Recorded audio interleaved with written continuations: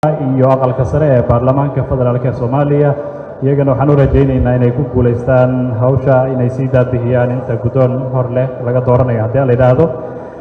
Haddana waxaan rabaa inaan soo dhaweeyo guddoomiyaha guddiga doorashooyinka heer federaal mudane Yusuf Galle Yusuf. Ahlan wa sahlan Yusuf Galle.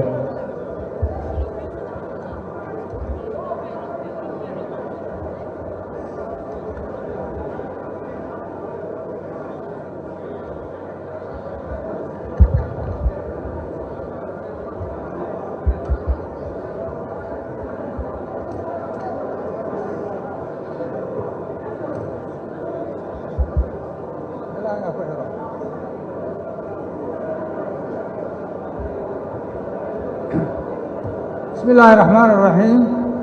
الحمد لله رب العالمين والصلاة والسلام على أشرف المرسلين. ربي اشرح لي صدري ويسر لي أمري واحلل عقدة من لساني يفقه قولي. صدق الله العظيم. رئيس الوزراء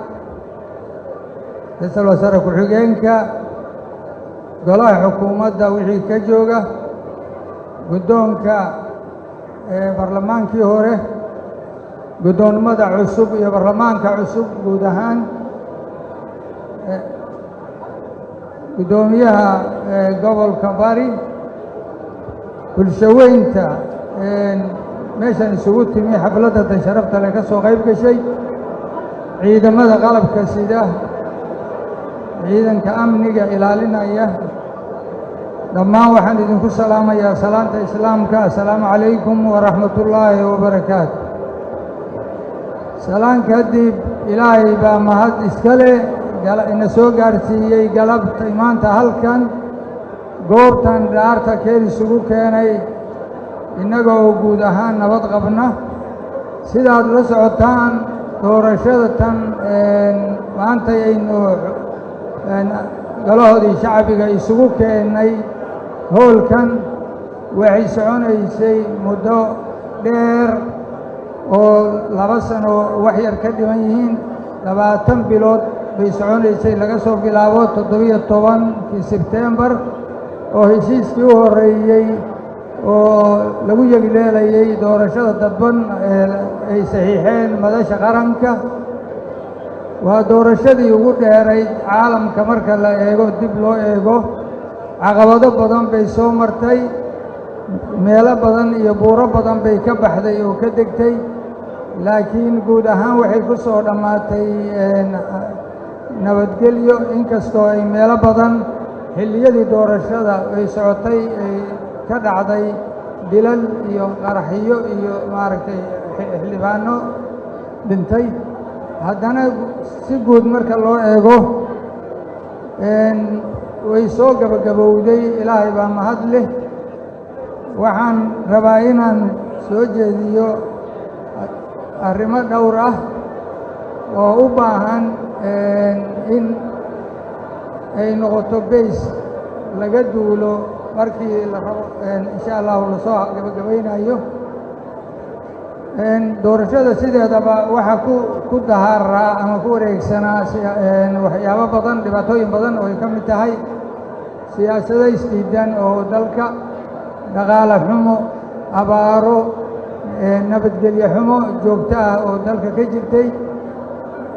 intaas waxay ku gaartay arrimo noocaasa iyo arrimo kaleeto oo hadda aan sheegi karin laakiin dadaal iyo juhdi dheer oo aan insha allah soo gallay iyo dulqaad weliba guddigu uu ku shaqaynayay xaalad duruufaad adag ayaan ilaahay wuxuu nagu galladay inaannu halkan soo gaarsiino.